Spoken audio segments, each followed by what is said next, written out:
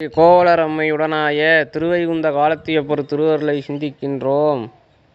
கேடாய் வரும் நமனை கிட்ட வராதே தூரப் போடா என ஓட்டி உன் பொற்கமலத் தாளின் நிழற்கீழ் வாடா என அழைத்து வாழ்வித்தால் அம்ம உனை கூடாது என்று ஆறு தடுப்பார் கோமதித்தாய் ஈஸ்வரியே.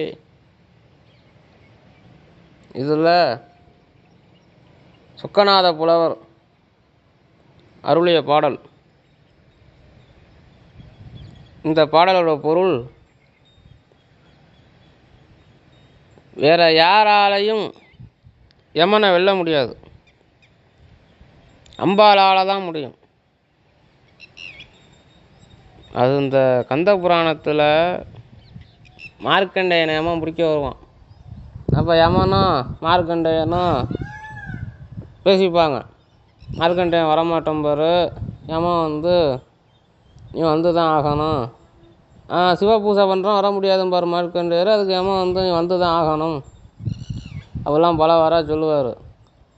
அப்போ சொல்கிறப்ப யமன் சொல்லுவான், இந்த உலகத்தில் மரணம் யாருக்கு தான் இல்லை, நான் எத்தனை பேர் உயிரை எடுத்திருக்கேன் தெரியுமா?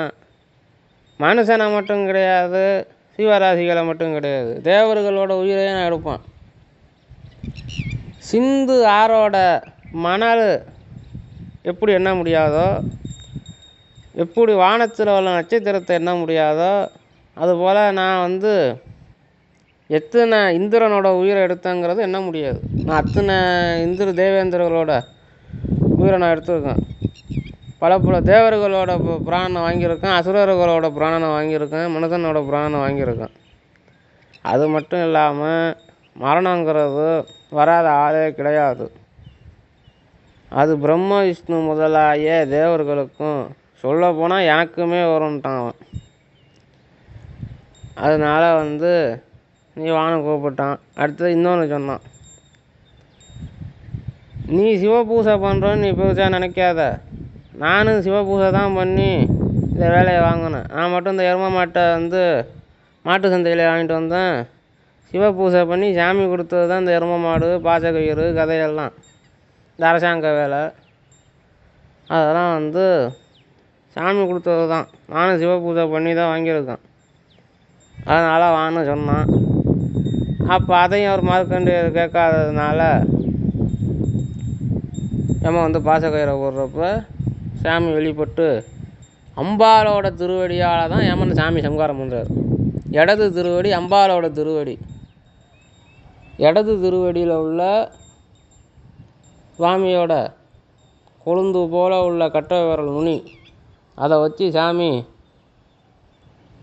அப்படியே வைத்தார். அதுக்கே அவன் தாங்கலை, அதில் சுதலை பிரசாதலை தலாதலை பாதாளத்தில் போய் விழுந்து அவன் மாண்டு போனான். அதான் அதில் சொல்கிறார். அதனால் யமனை வெல்லக்கூடியவன் காலன் கடவுரர். அதனால் காலனுக்கு காலனாக இருக்கக்கூடியவன் நம்ம சாமி தான், அம்பாள் தான். கேடாய் வரும் நமனை, இதில் என்ன சொல்கிறாருன்னா, அப்படி என்னை யமன்ட்டு காப்பாற்று அப்படின்னு சொல்கிறார். கேடாய் வரும் நமனை, கேடு செய்ய வரும் நமனை அப்படி என்ன பிடிக்க வர யமன்ட்ட நீ என்ன சொல்லணும்னா, கிட்ட வராதே, அவன் கிட்டக்க போகாத, தூர போடா, நீ அவன்கிட்ட போகக்கூடாது, இது என்னோட அடியான்,